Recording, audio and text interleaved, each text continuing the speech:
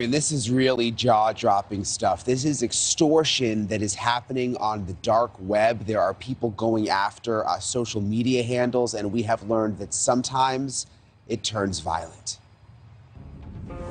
It really went from 0 to 60 in no time. Now they're going after my family. They know where I work.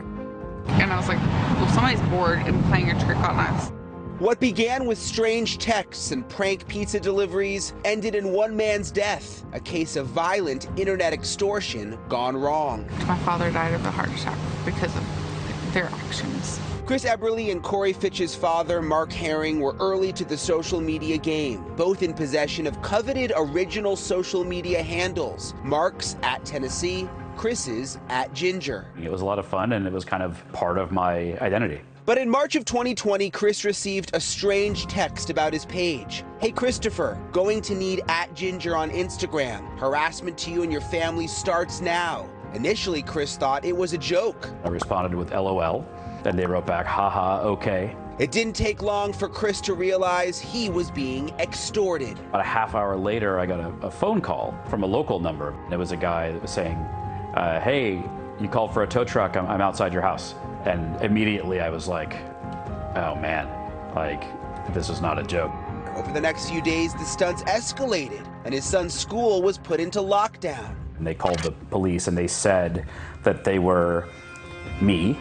They said they had killed their girlfriend and were barricaded inside. So this is a house really close to this elementary school. They had to go into lockdown. Chris had become the target of an elaborate online extortion scheme run by cyber criminals hoping to acquire OG social media handles, recognizable names, words, and phrases to sell on the dark web. On sites like OG User and Swapped, these handles can go for thousands of dollars. Eventually, after months of harassment, Chris made the decision to hand his unique handle over to a nonprofit. I got to a point where I was over it. It was just not worth it. Cyber criminals realize there's some money in them. So instead of going out and trying to purchase these handles, they're going out and they're up to a lot of dirty tricks, trying to extort regular people. Scott Augenbaum is a retired FBI agent and cybersecurity expert. He's seen a rise in online extortion cases as original handles have become prime internet real estate. Policing the dark web is really impossible thing for law enforcement to do. Only 10% of the actual internet is searchable through the surface,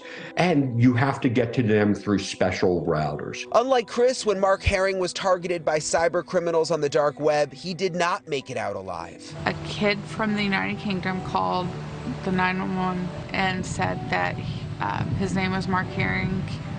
He met a woman and he shot her in the back of the head and killed her. In no time, the authorities were at Mark's doorstep. They immediately surrounded him. He stood up to put his hands up and he had an instant heart attack and fell and hit his head and died. Mark had received several phone calls that day related to his Twitter handle at Tennessee. And when he blocked the number, that's when the harassment started. Mark had been targeted by 3 individuals, all minors who had uploaded his information on the app Discord. Only one of the individuals, Shane Sonderman, was ever caught, indicted by a grand jury for targeting 6 victims in separate internet extortion cases. The main perpetrator, who was at the time a minor in the United Kingdom, has never faced any consequences. What do you do when the bad guy is located in another country?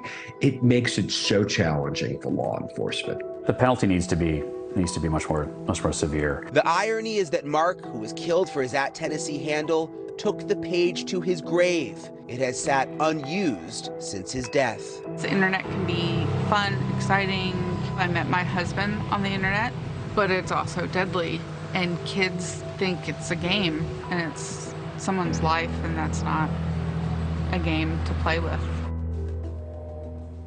Really is very, very scary. The swatting and extortion cases, they are rare, but obviously harassment on the web is not. There are a couple of simple things you can do. Make sure you always set up the 2-step authentication on your social media accounts. Also, it might be a good idea not even to use your real name or to put your exact location on social media. Thank you for watching. Go to newsnationnow.com to find NewsNation on your television provider. And don't forget to click the red subscribe button below to get more of NewsNation's fact-driven, unbiased coverage.